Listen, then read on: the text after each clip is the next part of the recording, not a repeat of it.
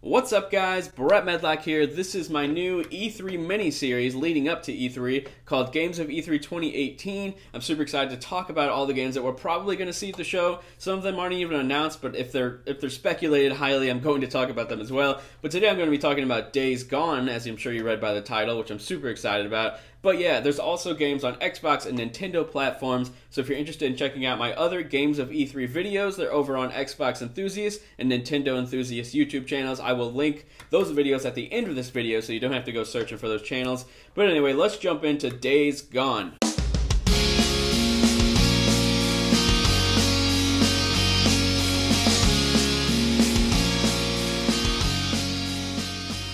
So yeah, I feel like this game is getting some unfair criticisms, and I'm not really sure why. I'm always seeing it way over compared to The Last of Us. Yes, they have a very similar setting when it comes to the post-apocalyptic, decayed world, and there's, of course, infected zombies running around, but in both games they're not really called zombies, but let's be honest, they're both zombies. But aside from that, gameplay-wise, Days Gone looks to be a lot quicker and a lot less intimidating, honestly. Seems to be more like an action title, similar to something like the Tomb Raider reboot, and honestly, I see a lot of similarities with this game, with Tomb Raider, and with The Last of Us, and even with Horizon. Just seems to be a lot going on, and I want to unpack it and talk about everything I'm excited for. So I'll be honest, the other thing to draw a comparison to with The Last of Us is the characters. You're playing as a grizzled man. he looks a little bit younger than Joel, but he obviously lost somebody in the transition from a normal world to the crazy world with infected zombies running around.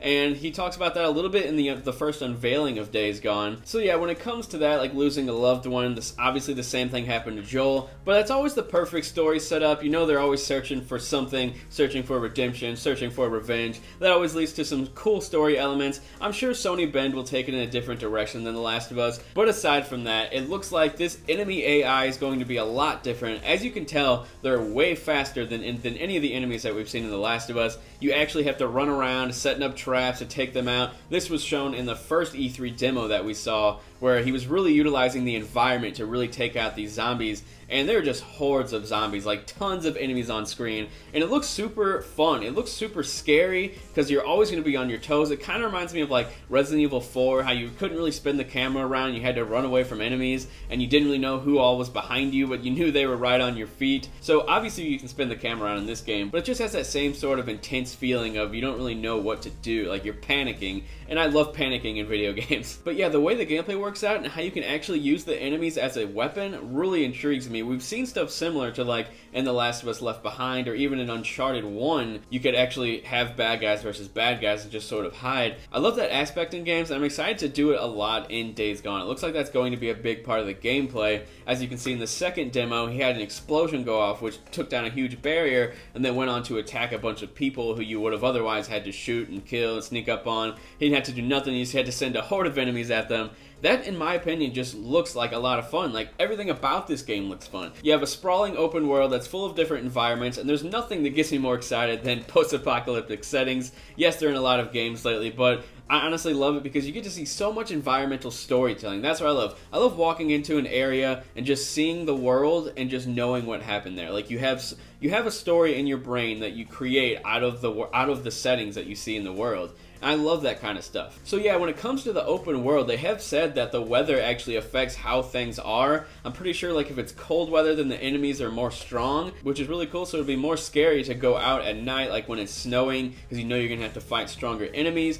And then there's other things like your bike won't work as well in the cold weather. You'll be sliding around in the snow just like in real life. So honestly, that really has me interested. And on top of that, there's like enemies who will set up traps on the road to try and take you down and take your stuff. That really is awesome. I think this is going to really feel like a post-apocalyptic open world. Of course, there are always post-apocalyptic open world games, but this one really looks like it's nailing it so far. And I just really love how combat can come about out of nowhere. Like, if you see someone setting up a trap, you can sneak up on them and can take them out, and then you can go down like a trail, you can find where they live, like where their crew is, you can take all them out in this like huge action-packed area. As I was saying before, it looks to be more action-y in comparison to something like the Tomb Raider reboot rather than The Last of Us, so you're easily taking out enemies with like a sniper rifle, and you're running up on them and knifing them. You could sort of do that in The Last of Us if you're playing on easy, but that's not really how the developer intends you to play the game. But it is really fun to play like that, so I'm excited to play it in Days Gone. There's nothing really more fun than just going up and macheting a guy in the face, am I right? So yeah, just the fact that it's an open world that you can explore and re-explore, that's already something that's wildly different than The Last of Us. Not sure about The Last of Us 2, maybe they'll take a more open approach like Uncharted: The Lost Legacy did. But I honestly doubt it. They'll probably have some open areas, but nothing like huge and sprawling like this is. So it's going to be really cool to just search around, try and find stuff, which leads me to this. There's going to be awesome like customization. As you saw in the first trailer, the guy used like a can or something to silence his gun so he could shoot an enemy without it attracting a bunch of other enemies. That's kind of stuff that's really cool, and it really makes you think. In terms of gameplay, this game looks like it's all over the place. There's huge segments where you're running away from hordes of enemies, and there's other segments where you're like sneaking up on a bandit camp, and you're just slowly taking out all the enemies. You're throwing rocks, you're crafting Molotovs, you're utilizing all the stuff in your inventory to really take these people out. But yeah, I've said this in the past, there's nothing really I love more than third-person action shooters, especially if they're like cover-based. And just with this post-apocalyptic setting and the fact that they're putting a lot of emphasis on the story, this game looks like it has all the bells and whistles for a Brett Medlock game. But be sure to let me know if it's a game you're looking forward to. So yeah, there are a lot of stuff to draw a comparison to with The Last of Us, but there's also a lot that's different in my opinion. This is more of an action game. It looks to be more of like an RPG with all the customization and stuff like that. And of course, it's an open world experience. My main issue with this game is actually not the game itself, it's the fact that it is looking so similar to The Last of Us that it would be weird to have them launch around the same time. Like, if this game's coming out before The Last of Us, which we all assume it is, it was shown way before The Last of Us was, it's going to be strange to to promote two games that look very similar in terms of their setting and their characters, like right next to each other. Whenever Sony usually mixes things up a little bit, I mean, we got like Spider-Man and Horizon Zero Dawn and God of War. Those all look wildly different in my opinion. Horizon and God of War, you could draw some comparisons, but they're honestly really different. And of course, there's like the racing games and everything that Sony does. They're just killing it with first-party content lately. I mean, let's be honest, God of War, so good. Horizon, amazing. Good job, Sony. I'm just excited for all their first-party games now because it seems like hit after hit we're getting. Detroit Become Human looks just incredible as well, so I'll be sure to jump into that whenever it comes out later next month. This month I think, yeah. I can't remember. But this is my Games of E3 2018. As I said before, I'll be doing Xbox and Nintendo games on my other channels, Xbox Enthusiast and Nintendo Enthusiast, so please check those out. Other people make content on those ones as well. I'm pretty much the only face over here because PlayStation's like my home. It's where I live, where I thrive, and it's where I can cuddle my Vita to sleep. Okay, enough joking around.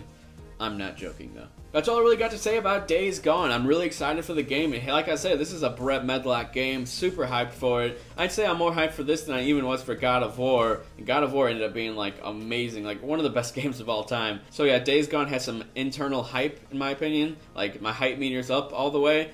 And I don't think I'm going to be let down. I trust Sony Bend. They gave us Uncharted Golden Abyss on Vita, which I loved. I know a lot of people didn't like it that much, but honestly, that game really nailed it in my opinion. But anyway, I'm going out on a tangent now. Be sure to check out all my Games of E3 videos and follow me on Twitter at BrettNLL. I will talk to you guys later.